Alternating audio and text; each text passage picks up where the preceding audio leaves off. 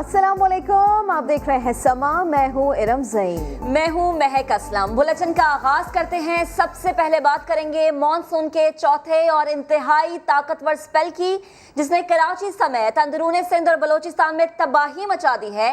कराची में मुसलसल तीसरे रोज होने वाली बारिश ने कई इलाकों को डुबो दिया। मरकजी शाहराहें तालाब का मंजर पेश कर रही हैं। पानी घरों में दाखिल हो गया। नागन चौरंगी भी तेज बारिश में फिर डूब गई। नाला ओवरफ्लो हुआ तो पावर हाउस चौरंगी दरिया का मंजर पेश करने लगी समा के रिपोर्टर्स। दिन भर चप्पे चप्पे की निशानदेही करते रहे शहरी और सूबाई हुकूमत को झंझोड़ते रहे। दिन भर की सूरत हाल पर नजर डालते हैं इस रिपोर्ट में। मॉनसून के धुआंधार स्पेल की कराची में हैट्रिक। लगातार 3 दिन तक मेगा बरसती रही। बारिश को तरसे कराची वालों की प्यास तो बुझ गई, मगर इंतजामी लापरवाही की वजह से परेशानियों की भी बरसात हो गई। निकासी न होने की वजह से कई इलाके तालाब का मंजर पेश करने लगे। हुकूमत सिंध की नाअहली ने नागन चौरंगी को फिर डबो दिया। नालों से कचरा न उठाने की सजा आवाम को भुगतना पड़ी। इंतजामिया तो आवाम की मदद को न आई, लेकिन अलबत्ता दर्द दिल रखने वाले एक दूसरे का सहारा बने।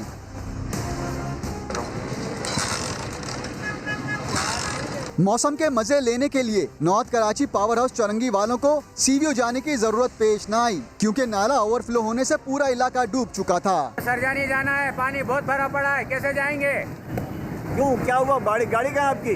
गाड़ी तो फंस गई, पानी में से निकाल के भी साइड पे खड़ी करी है। दर्जनों गाड़ियां खराब होने से आवाम को शदीद अजियत उठाना पड़ी। नशेबी इलाके ही नहीं, कारसाज, आई चुंदरीगर रोड और शाहरा फैसल जैसी आम शाहराहें भी झील बन गईं। आयशा मंजिल और वाटर पंप समेत कई शाहराहों पर घुटनों घुटनों जमा होने वाला पानी इंतजामिया की लापरवाही का सबूत देता रहा। आयशा मंजिल के करीब सड़क धंसने से टैंकर उलट गया। रनछोड़ लाइन, चिड़ियाघर के एतराफ की सड़कें और उर्दू बाजार का हाल भी कानों को हाथ लगाने जैसा था। चलना फिरना तो दरकिनार, जगह जगह उबलते गटर के पानी ने सांस लेना भी मुहाल कर दिया। शहरी और सूबाई हुकूमत की कारकर्दगी पर सोशल मीडिया पर इस जुमले की बड़ी धूम मची है कि नालों की नहीं बल्कि नाअहलों की सफाई की जरूरत है।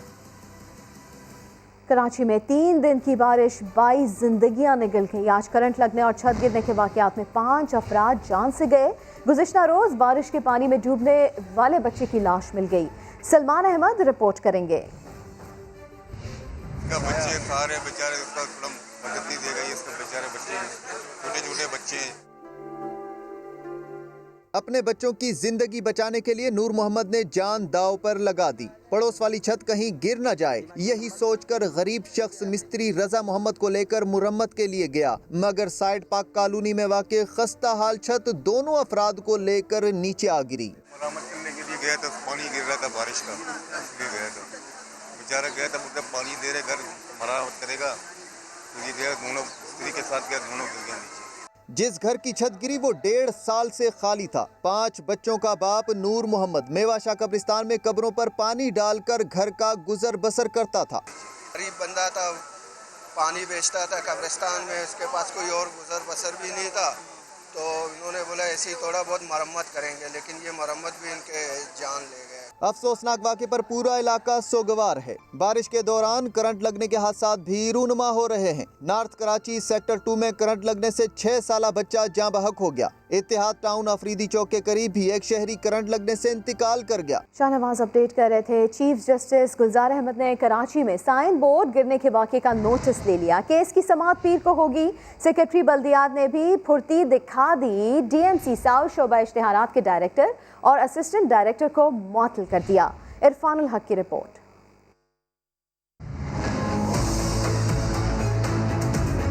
मेट्रोपोल पर बुजुर्ग शहरी के साथ पेश आने वाले वाक़ये ने हुकूमत सिंध और शहरी इंतजामिया की नींदें उड़ा दी। चीफ जस्टिस सुप्रीम कोर्ट ने नोटिस लेते हुए साइन बोर्ड से मुतालिक केस की समाअत मुकर्रर कर दी। पीर को विफाक समेत सूबाई हुकूमत और केएमसी के नुमाइंदे कराची रजिस्ट्री में लाइन हाजिर होंगे। अदालत उज़्मा को जवाब देने के लिए सिंध हुकूमत ने भी होशियारी दिखाई और मेट्रोपोल वाक़े पर डीएमसी साउथ शोबा इश्तिहारात के डायरेक्टर और असिस्टेंट डायरेक्टर मोहम्मद सद्दीक सवाती को मुअत्तल कर दिया। शहर में मुख्तलिफ मकामात पर लगे साइन बोर्ड को भी हटाना शुरू कर दिया गया।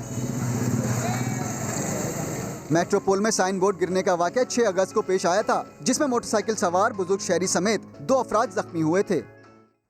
कराची में शदीद बारिशों के बाद जहां सड़कें दरिया बन गई, वहीं नदी नालों में तो गियानी आ गई। मलीर नदी ओवरफ्लो होने से कोरंगी कॉजवे डूब गया। सड़क बंद करके पुलिस की भारी नफरी तैनात कर दी गई।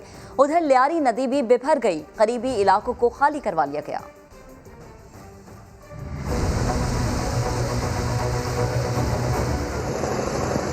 कराची में लगातार 3 दिन तक होने वाली बारिश के पानी ने सर उठा लिया। मलीर नदी ओवरफ्लो हुई तो हमेशा की तरह इस बार भी नजला कोरंगी कॉजवे पर गिरा।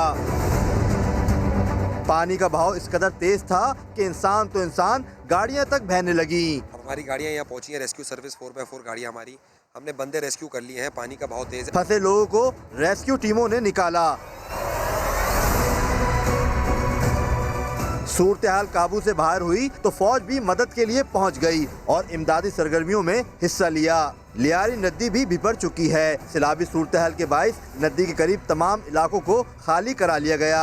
लोगों ने अपना सामान भी महफूज मकाम पर मुंतकिल करना शुरू कर दिया। नॉर्थ कराची पावर हाउस और पीपल्स चुरंगी पर भी नाला ओवरफ्लो हो गया।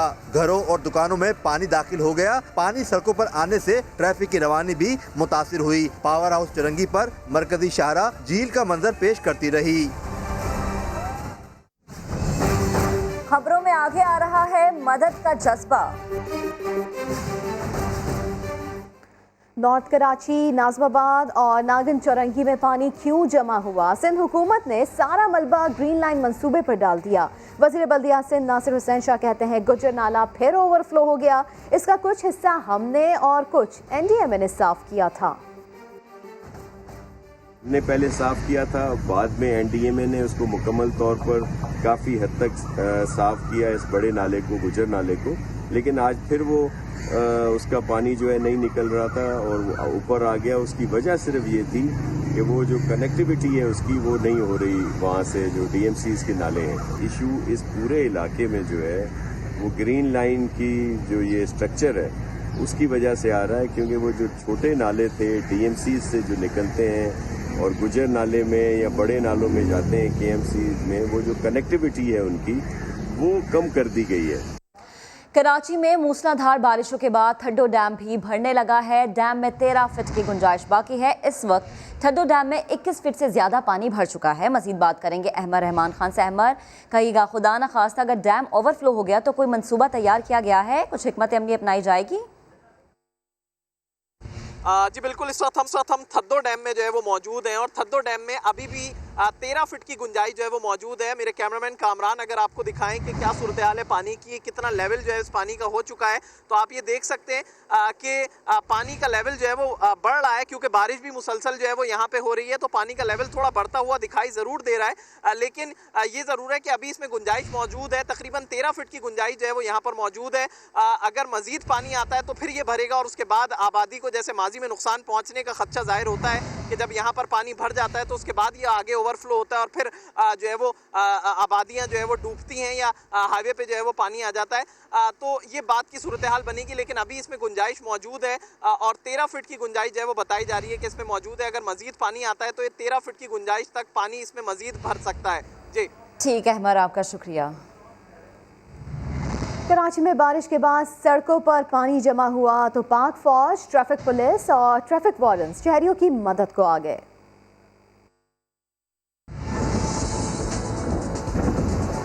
कराची में जमकर बादल बरसे, सड़कों पर पानी जमा हुआ तो मुश्किल में घिरे अवाम की मदद को पाक फौज के जवान पहुंचे। रेड जोन की सड़कों पर जदीद मशीनरी की मदद से निकासी आब में मसरूफ रहे।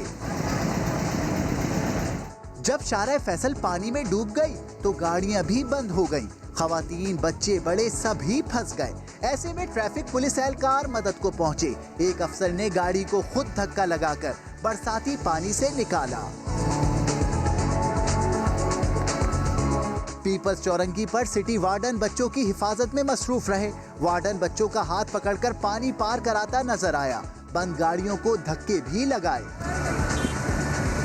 से बच्चों को जाने में मुश्किलात है, बाइकें बंद हो रही हैं, गाड़ियां बंद हो रही हैं। जो गाड़ियां बंद हो रही है उसको हम आगे धक्के लगाकर आगे पहुंचा दे रहे हैं ताकि वो सेफ जगह कम से कम पहुंच जाए। मुश्किल में घिरे लोगों की फौरी मदद को पहुंचने वाले जवानों की काविशों को कराची वाले खूब सराह रहे हैं। शहर कायद में कहां हुई कितनी बारिश, चंद ही लम्हों में बताएंगे।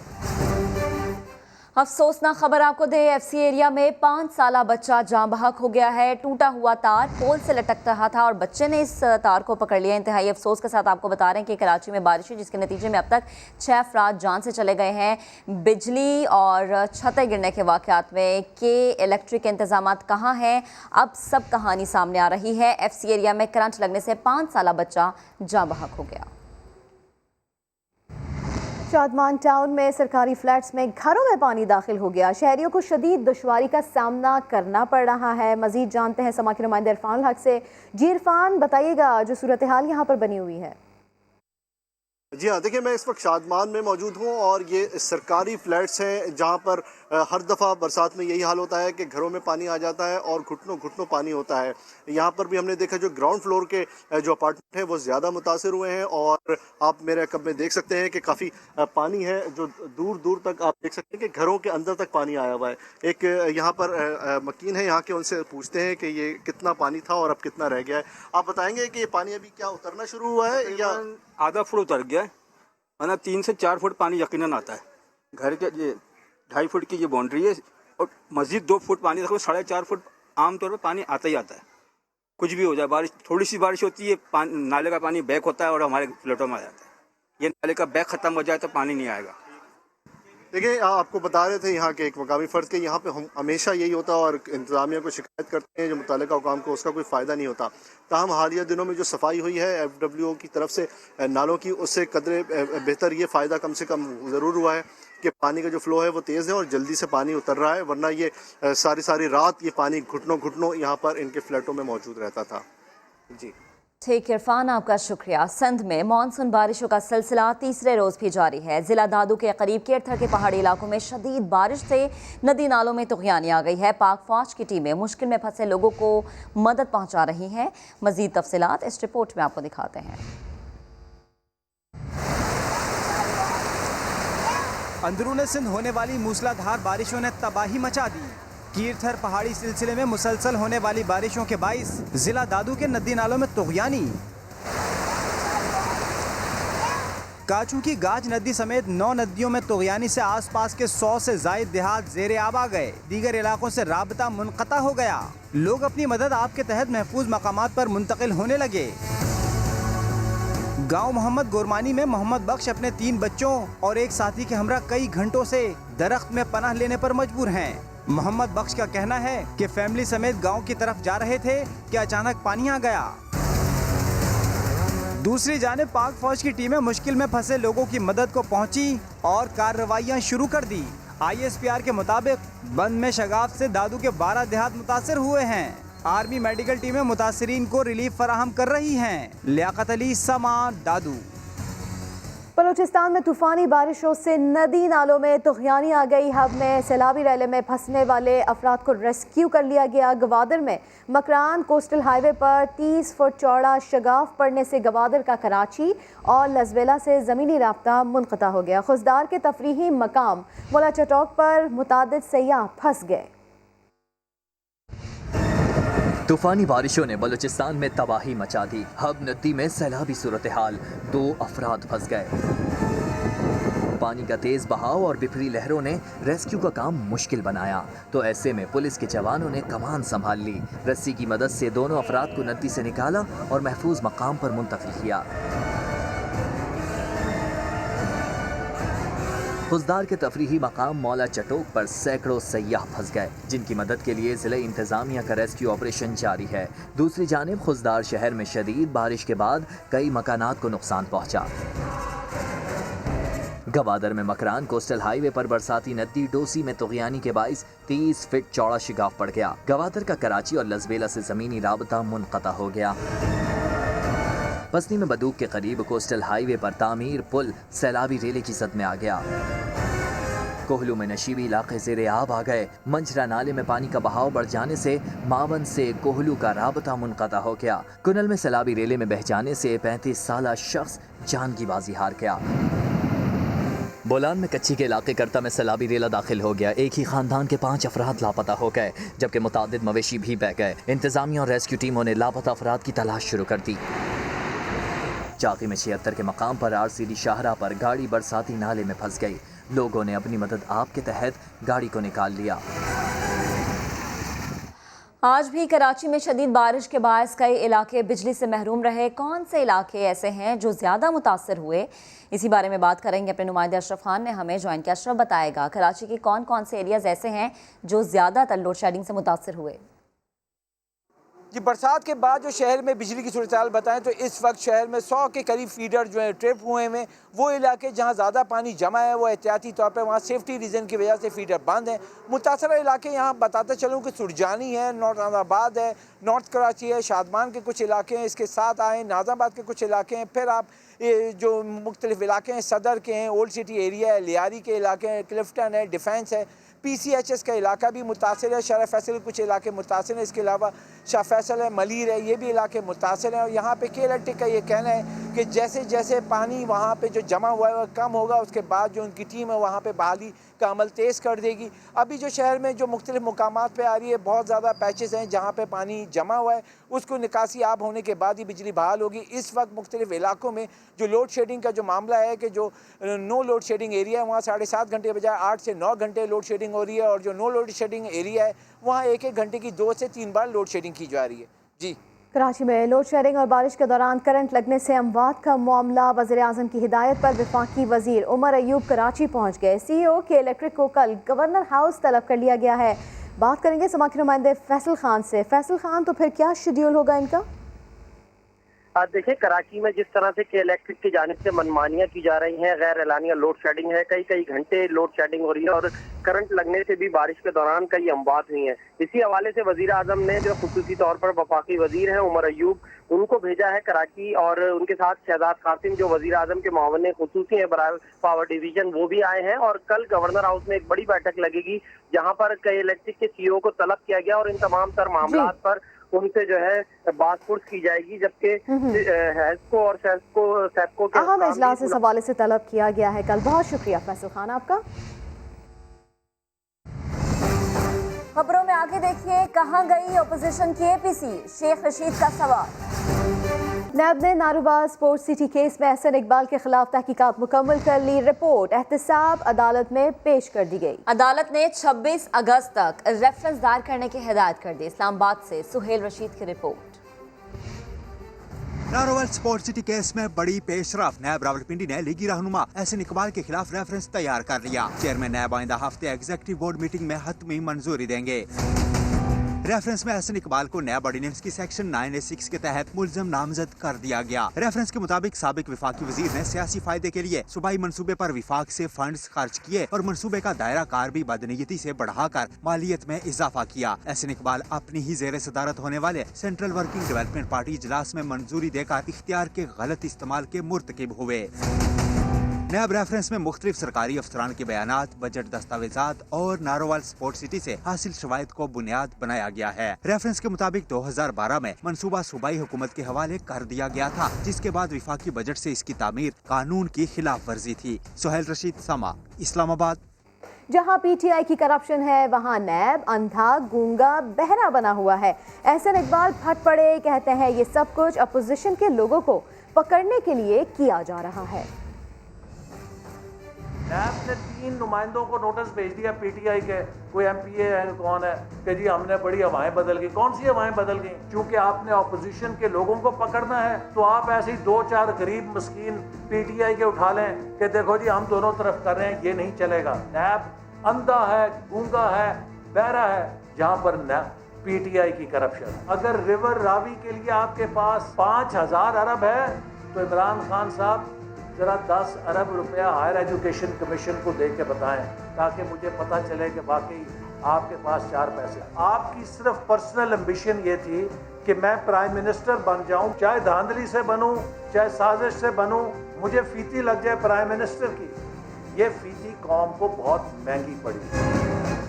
कहां गई ओपोजिशन की APC? शेख रशीद का प्रेस कॉन्फ्रेंस के दौरान सहाफियों से सवाल। हिज़्ब इख्तिलाफ पर तंज के तीर भी बरसा दिए।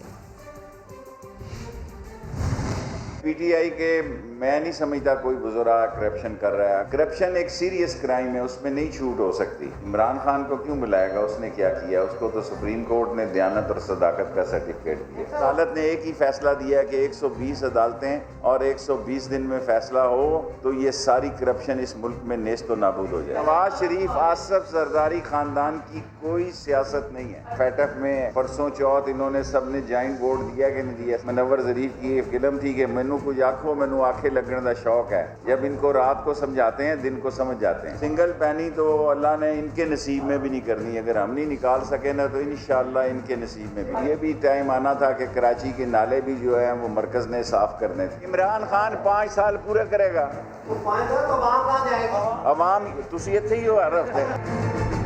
पार्कलैंड रेफरेंस में नैब के दायरा इख्तियार के खिलाफ आसिफ अली जरदारी की दरख्वास्तें मुस्तरद। 10 अगस्त को साबिक सदर पर फर्द जुर्म आयद की जाएगी। जज आजम खान के मुताबिक पार्कलैंड रेफरेंस नैब का ही दायरा इख्तियार है। एहतसाब अदालत के तहरीरी हुक्मनामे में कहा गया है कि आसिफ अली जरदारी के वकील ने दरख्वास्त वापस लेने की कोई ठोस वजह नहीं बताई। 3 सफ़ात पर मुश्तमिल हुक्मनामे में जज आजम खान ने लिखा कि दरख्वास्त वापसी की इस्तदा अदालती कार्रवाई में इल्तिवा की कोशिश दिखाई देती है। मनी लॉन्ड्रिंग रेफरेंस के कुल 9 मुल्ज़िमान पर वीडियो लिंक के जरिए फर्द जुर्म आयद की जाएगी। और मौला बख्श चांदियों का वफाकी हुकूमत पर नैब को सियासी इंतकाम के लिए इस्तेमाल करने का इल्ज़ाम। कहा हुकूमत जिन सहारों के जरिए चल रही है वो इससे जल्द छिन जाएंगे। जरदारी साहब के साथ जो आपका रवैया है वो इंतकाम का है, एहतसाब का नहीं। आप बिलावल साहब से इंतकाम ले रहे हैं। आपने जरदारी साहब की हमशीरा से इंतकाम की कार्रवाई की है। आपने नवाज शरीफ की फैमिली से किया है, शहबाज शरीफ से किया है, नवाज शरीफ की बेटी के साथ जो केस बनाए, ये सब आपका इंतकाम है। ये आपको दुनिया कह रही है, हम नहीं कह रहे। नेब अभी पार्टियों को तकसीम करने का इदारा जरिया बन गया है। अब आपको दुनिया का इदारा कह रहा है। सुप्रीम कोर्ट के, हाई कोर्ट के आए दिन रिमार्क्स आते रहते हैं नेब के लिए। ये काफी है इस इदारे के असलियत जाहिर करने के लिए। आप इंजीनियरों से बैठे हैं, एहतसाब करवा रहे हैं। आप डॉक्टरों से बैठे इंजीनियरों के काम ले रहे हैं। ये लाठियां आपसे अनकरीब छिन जाएंगी जिनके सहारे आप चल रहे हैं। मुस्लिम लीग काफ की नाराजगी की असल वजह वजारत आला नहीं बल्कि नैब की कार्रवाइयाँ है। काफ लीग के सीनियर रहनुमा ने दावा कर दिया। लाहौर से नई मशरफ भट्ट की रिपोर्ट देखिए। काफ लीग और पीटीआई में दूरी, वजह क्या है? समा ने खोज लगा लिया। काफ लीग का मसला वजारत आला है और ना ही तरक्याती और इंतजामी मामलात। तहफ़्फ़ुज़ात और नाराज़ी है तो इसकी वजह सिर्फ नैब की सरगर्मियों में अचानक तेजी है। 3 माह पहले काफ लीग के वफाकी वजीर तारक बशीर चीमा ने वजीर आजम से मुलाकात में नैब के हवाले से तहफ़्फ़ुज़ात का इजहार किया। वजीर आजम ने 24 घंटों में मुस्बत जवाब देने की यकीन दहानी कराई, मगर जवाब नहीं आया। हालात मजीद उस वक्त बिगड़े जब बजट की मंजूरी के वक्त वजीर आजम के इशाइये में काफ लीग ने शिरकत से इनकार कर दिया। मुस्लिम लीग काफ के सीनियर रहनुमा और रुकने कौमी असम्बली ने दावा किया है कि वो इशाइये में शिरकत न करने का खमियाजा भुगत रहे हैं, क्योंकि इसके बाद नैब की सरगर्मियों में मजीद तेजी आई और गिरफ्तारियों के लिए दबाव डाला जा रहा है। रहनुमा के मुताबिक फिलहाल हुकूमती इत्तेहाद को खत्म नहीं कर रहे। समा लाहौर। पाकिस्तान ब्रॉडकास्टर्स एसोसिएशन ने लब्बैक प्राइवेट लिमिटेड के खिलाफ पैमरा में बाज़ाब्ता शिकायत जमा करा दी। लब्बैक प्राइवेट लिमिटेड बोल न्यूज़ का मालिक है। शिकायत में कहा गया है कि बोल नेटवर्क की जानिब से इश्तिहारी एजेंसी से जबरन कारोबार के हुसूल के लिए ब्लैकमेलिंग के हथकंडे इस्तेमाल किए जा रहे हैं। मोतबर एडवर्टाइजिंग एजेंसीज और प्रोफेशनल्स के खिलाफ ओछे हथकंडे इस्तेमाल किए जा रहे हैं। पैमरा पर जोर दिया गया है कि बोल के खिलाफ सख्त एक्शन लिया जाए। पैमरा ऑर्डिनेंस की खिलाफ वर्जी पर बोल के लाइसेंस को मुअत्तल और मनसूख किया जाए। बोल के मालकान एग्जेक के मालकान भी हैं जो जाली डिग्री स्कैंडल में मुलव्वस थे, जिससे पाकिस्तान की बड़ी बदनामी हुई थी। सिनेमा और रेस्टोरेंट्स मालकान के लिए अच्छी खबर है। सिंध में पीर से सिनेमा और रेस्टोरेंट्स खोलने का फैसला हो गया है। इसी बारे में मजीद बात करेंगे अपने नुमाइंदे संजय साधवानी ने हमें ज्वाइन किया। संजय, अवाम के लिए अच्छी खबर है, मजीद क्या तफसीलात है? जी बिल्कुल, सिंध के ताजरों के लिए भी अच्छी खबर है। सिंध हुकूमत ने जो कारोबार के औकात हैं उन्हें भी इजाफा कर दिया है। रात 9 बजे तक कारोबार किया जाएगा। इसके अलावा सिंध में पीर से रेस्टोरेंट खुल जाएंगे। डाइनिंग की इजाज़त दी गई है। रात 10 बजे तक रेस्टोरेंट को इजाज़त दी गई है कि वो डाइनिंग करवा सकते हैं, लेकिन SOPs पर अमल करना होगा जो महकमा दाखिला की जानिब से जारी की जाएंगी। सिनेमा हॉल भी पीर से खुल जाएंगे जो 4 महीने से जायद से बंद थे और आवाम के लिए अब तफरीह के मौके खुल रहे हैं। लेकिन SOPs पर अमल करना इंतहाई लाजिम होगा। बेहद शुक्रिया संजय आपका। कराची में बादल झूम झूम कर आ रहे हैं और लगातार बरस रहे हैं। 3 रोज से वक्फे से होने वाली बारिश से शहर की वही हालत है जो हर बार होती है। मुताबिक मुकामात पर कई फुट पानी जमा हो गया है। 3 रोज के दौरान सबसे ज्यादा बारिश फैसल बेस में 171 मिलीमीटर रिकॉर्ड की गई। सुरजानी में 150 मिलीमीटर बारिश रिकॉर्ड की गई। गुलशन हदीद और मुलिका इलाकों में 148 मिलीमीटर बरसात रिकॉर्ड हुई है। मसरूर बेस में भी ऐसी ही कुछ सूरत हाल है जहां 139, जबकि एयरपोर्ट पर 135 मिलीमीटर बारिश रिकॉर्ड की गई है। सदर में भी खूब घटाएं बरसी, यहाँ 120, यूनिवर्सिटी रोड पर 105 और लाडी में 104 मिलीमीटर बरखा बरसी। नाजमाबाद में 91 और नॉर्थ कराची में 82 मिलीमीटर बारिश रिकॉर्ड हुई। किमाड़ी में 81 और जिना टर्मिनल पर 55 मिलीमीटर बारिश रिकॉर्ड की गई।